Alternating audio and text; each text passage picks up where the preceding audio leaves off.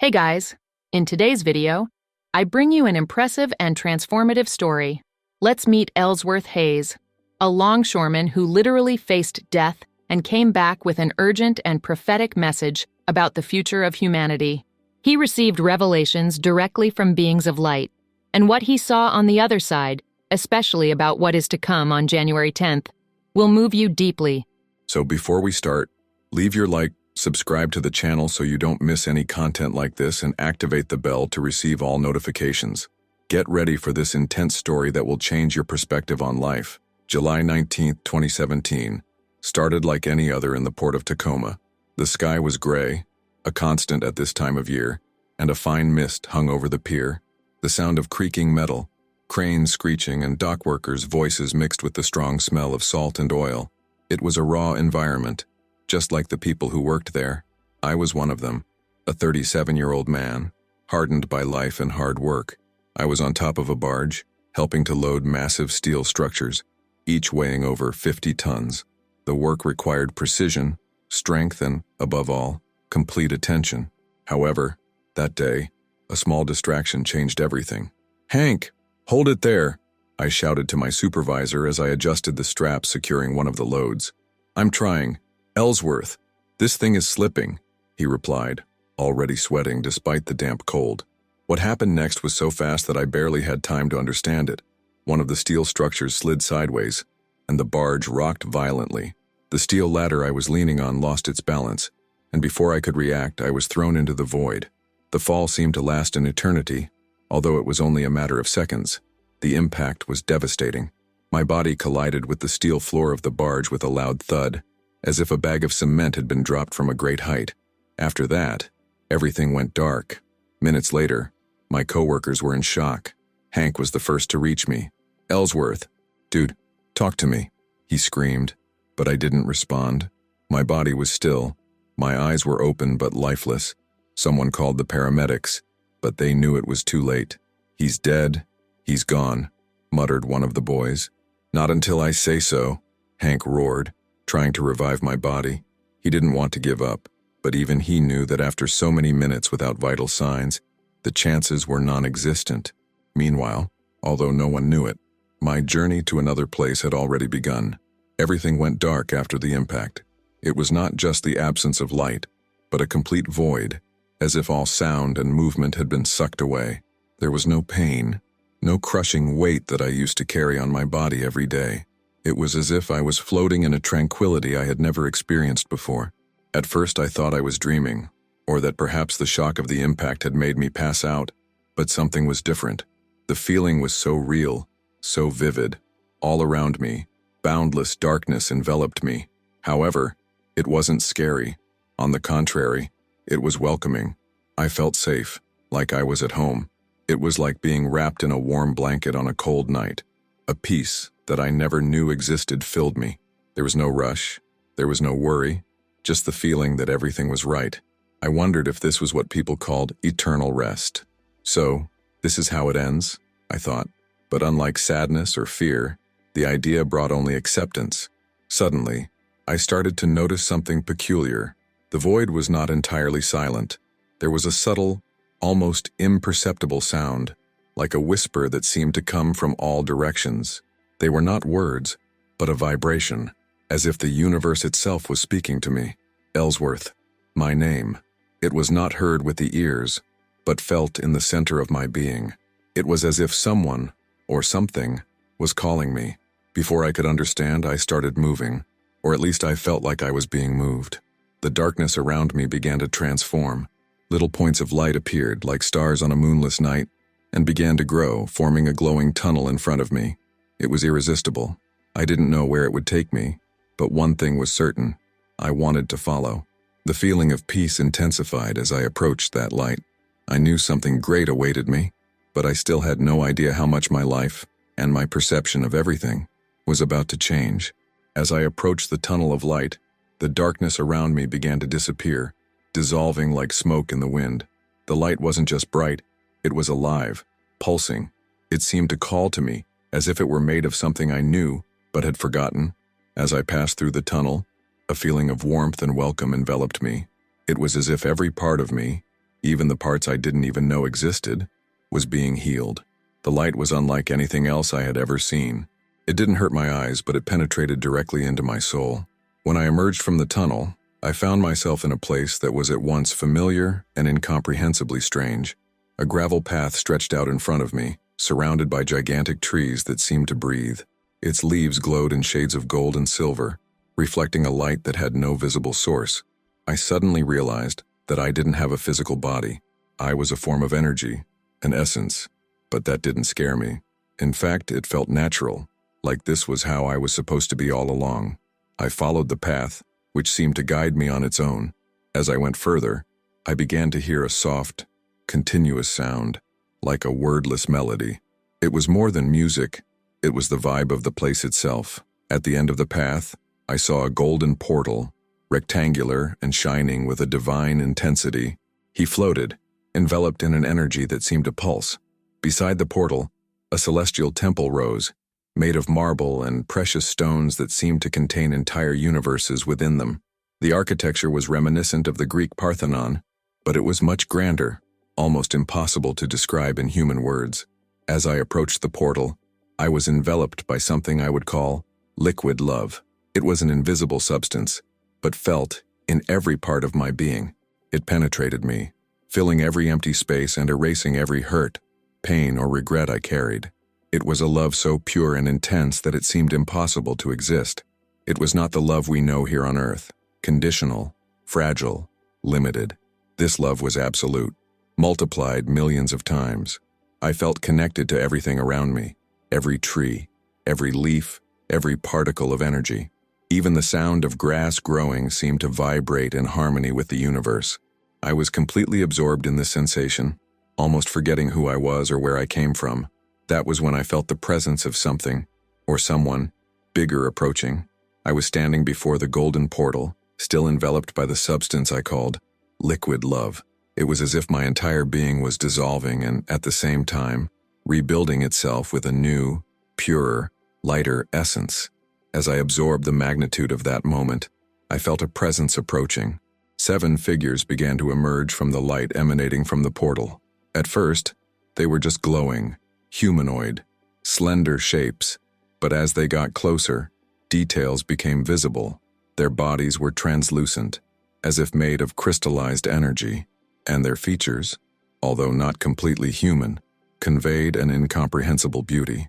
They were tall, around 2 meters, and emanated a light that made them almost impossible to face directly.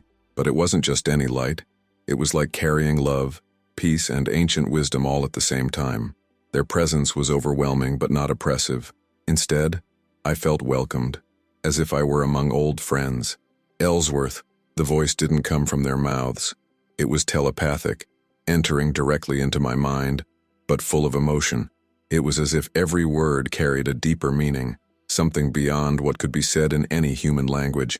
I couldn't speak, but they seemed to understand everything I felt. One of them stepped forward. His light was more golden than the others, and I immediately felt that he had something important to tell me.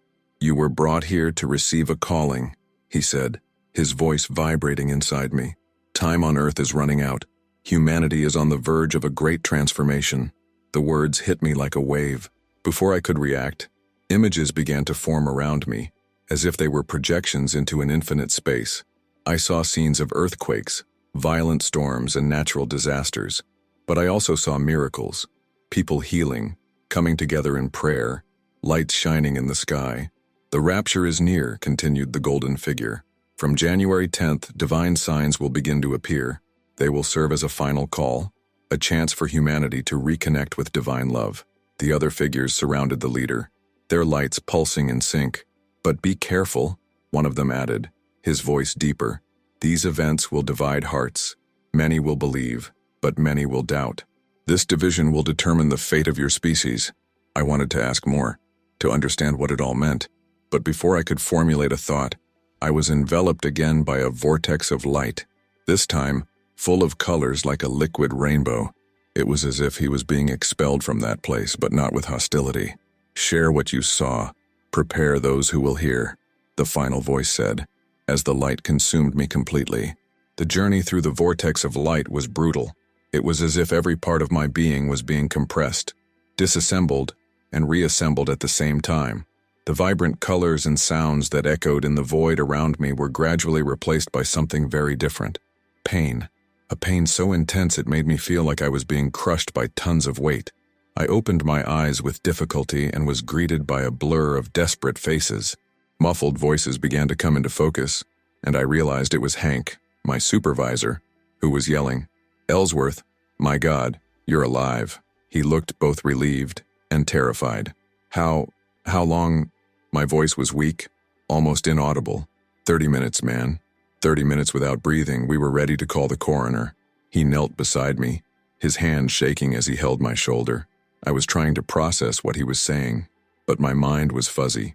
It was like I was in two places at once, still feeling the echoes of that heavenly peace, but crushed by the brutality of my physical body. The pain in every part of my being was unbearable. My shoulder felt dislocated, my lungs burned, and my head throbbed like it was going to explode. Each breath was a monumental effort. Even so, something inside me knew it was necessary to return. Paramedics arrived soon after. They put me on a stretcher and started checking my vitals. One of them, a young man with watchful eyes, mumbled something to his colleague while looking at the heart monitor. "That's impossible," he said. "It looks like his heart just started working on its own." As they took me to the ambulance, flashes of the visions I had started to flash before my eyes. The golden portal, the beings of light, the revelations. Everything seemed so distant, but at the same time more real than the world around me. In the ambulance, I tried to speak. "I saw something. I need to tell you." "Don't talk now, sir," the paramedic said, adjusting the oxygen mask on my face. "You need to rest." But how could I rest? Something so deep, so overwhelming was engraved in my soul. I knew I had come back for a reason, and that I needed to find a way to fulfill the mission I had been given. When we arrived at the hospital, a doctor looked at me with a perplexed expression. "This man is alive, but he shouldn't be."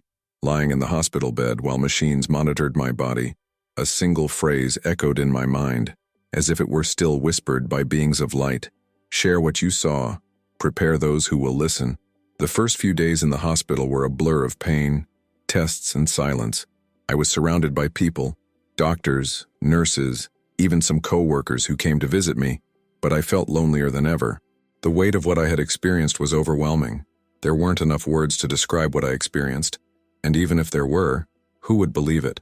Lying in bed, with my shoulder immobilized and my body covered in bruises, I wondered how anyone could understand what it means to be in a place where time and space cease to exist. Liquid love still seemed to pulse through me, but the physical pain made me doubt whether I could be the man the beings of light expected me to be. That's when an unexpected visit changed everything. "Ellsworth?" The voice of Marjorie, my ex-wife, echoed through the room. I slowly lifted my head and saw his hesitant face at the door. She looked different, more tired, but still with that steady gaze that I always admired. "Marjorie, what are you doing here?" I asked, surprised and at the same time moved. "I heard about the accident. I didn't know if I should come, but here I am." She took a hesitant step into the room, holding her bag as if it were a shield. "Well, if you wanted to confirm that I'm stubborn enough to survive, you can see for yourself." I tried to joke, but my voice was full of emotion. She sat next to me, and for a few moments, we were silent.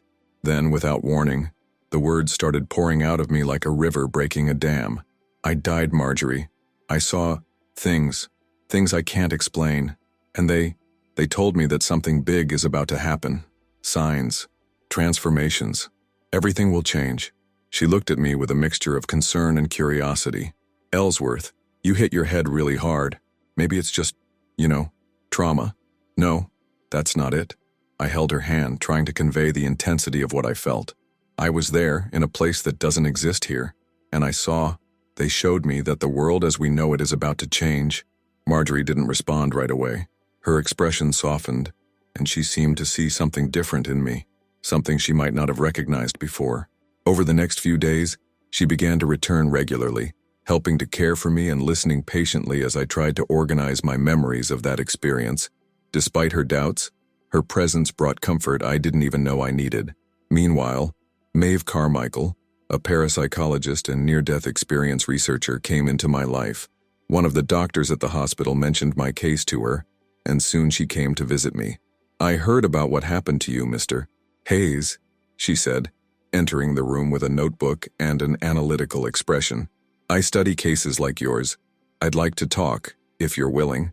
At first, I was hesitant, but there was something in her tone, a mix of skepticism and genuine interest, that made me trust her. While I related the details of the visions and the message from the beings of light, she listened attentively, only interrupting to ask specific questions. "Do you realize how rare it is for someone to remember so many details so clearly?" Maeve asked, after a long pause. "I don't know what this means to you," I replied, "but to me, it's everything. They gave me a mission, and I need to fulfill it." Between Marjorie's visits and conversations with Maeve, I began to find the strength to face what was coming. However, I knew that my journey would be full of challenges, both in convincing others and in sustaining my own faith in what I experienced. The words of the beings of light still echo in my mind, as if they were a fragment of eternity engraved in my soul. At that moment, as he was surrounded by the 7 glowing figures, everything seemed clearer than it had ever been. They spoke to me in a language that transcended words. It was as if each sentence carried an entire universe of meaning. "Ellsworth," began the golden being who seemed to lead the group, "you have been chosen to witness what is to come. The world as you know it is on the brink of transformation, and time is running out." Images began to appear around me, projected as if on a gigantic screen, but also alive and palpable, as if I were inside them. I saw a dark sky, full of dense clouds and in constant movement. Rays of light penetrated the darkness at intervals, creating golden beams that seemed to open up the sky. On the ground, I saw people looking up, some in reverence, others in panic. Between them, there was a clear division. On the one hand, those who seemed filled with an energy of love and light. On the other, people with somber faces, as if consumed by fear or disbelief. "The signs will begin soon," the golden being continued. "From a landmark day, January 10th, humanity will be called to recognize the divine. There will be clear manifestations for those who choose to see. The images have changed. I saw rivers overflowing into cities that seemed unrecognizable, seas of fire-consuming forests, and, at the same time, inexplicable miracles, people being healed, lights shining in the sky as if they were open portals. These events are not punishments," one of the other beings interjected, his silver light radiating a unique serenity. "These are invitations. Invitations for humanity to reconnect with the essence of its creation, love. Many will hear the call, but many will reject it, trapped in their own shadows." I tried to ask what those events meant, but before I could formulate the thought, another vision took hold. It was the Earth, seen from afar, rotating in space. She seemed alive, vibrating like a beating heart. "The Earth is a living being," said the beings in unison. "It responds to humanity's choices. Every act of love strengthens her. Every act of hate weakens it. What will come is not just about humans, but about all creation." There was a moment of silence, followed by a vision that left a deep impression on me. A gigantic tree, with roots that extended to the core of the earth and branches that touched the cosmos. It glowed with a golden light, but some parts were dry and dark. "This is the tree of life," explained the golden being. "It connects everything in the universe. What you do to each other resonates in every branch, in every leaf. The choice to care or destroy is not just about you, it is about the balance of all that is." Before he could take it all in, the vision changed again.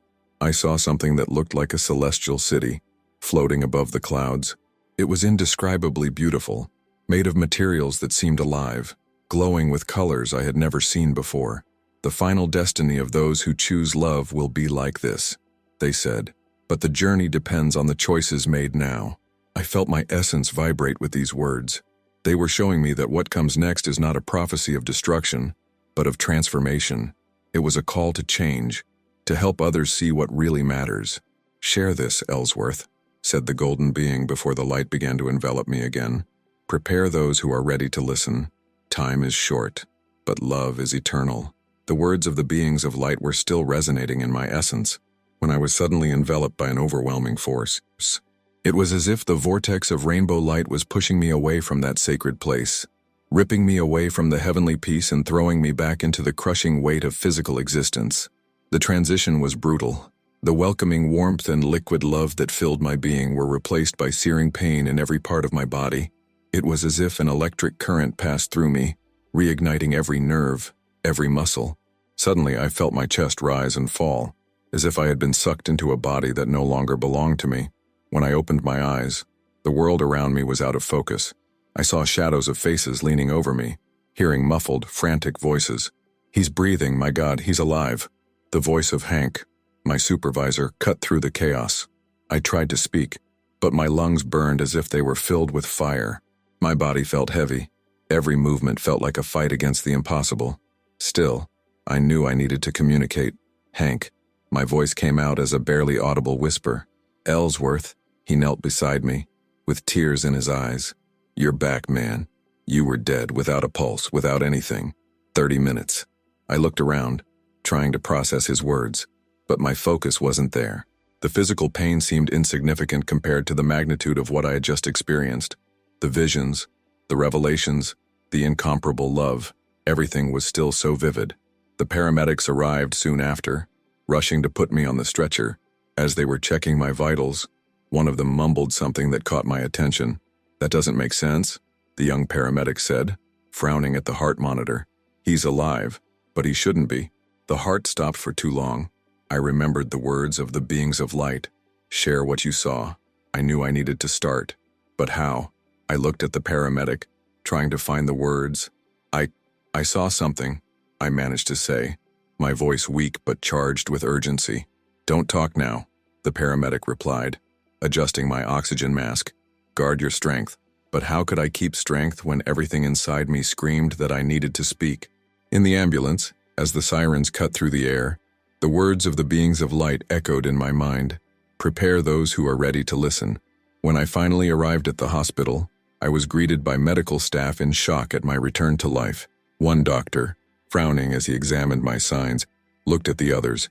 "This is a miracle," he said in a low voice. "There is no other explanation." Lying in the hospital bed, feeling exhaustion consume me, I looked up at the ceiling and closed my eyes. Despite the pain, a conviction grew inside me. I had returned for a reason, and now, I needed to figure out how to fulfill the mission I was given. The first few hours after my return were shrouded in a haze of physical pain and confusion. Machines were beeping around me, nurses were rushing in and out, and my mind was still caught between the echoes of what I experienced on the other side and the crushing reality of my current situation. Lying in that hospital bed, every muscle protested. Every breath seemed to draw strength from a place I didn't even know I had. But despite this, my heart, not the physical organ that almost stopped, was filled with something indescribable. It was as if a piece of that liquid love that surrounded me during my experience was still pulsing inside me, reminding me of the mission I was given. As the silence of night fell over the hospital, visions of the beings of light returned in force. The golden portal, the colossal tree connecting everything in the universe, the people's faces divided between light and shadow. Everything was as real as the white ceiling above me. I knew I couldn't ignore what I had seen, but at the same time, a cruel doubt began to form. Who would believe me?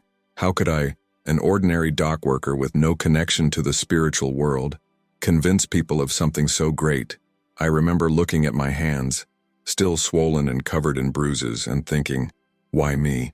While he was immersed in these thoughts, a nurse entered the room. She was a middle-aged woman, with a gentle smile and an attentive look. She checked the devices and, before leaving, looked at me.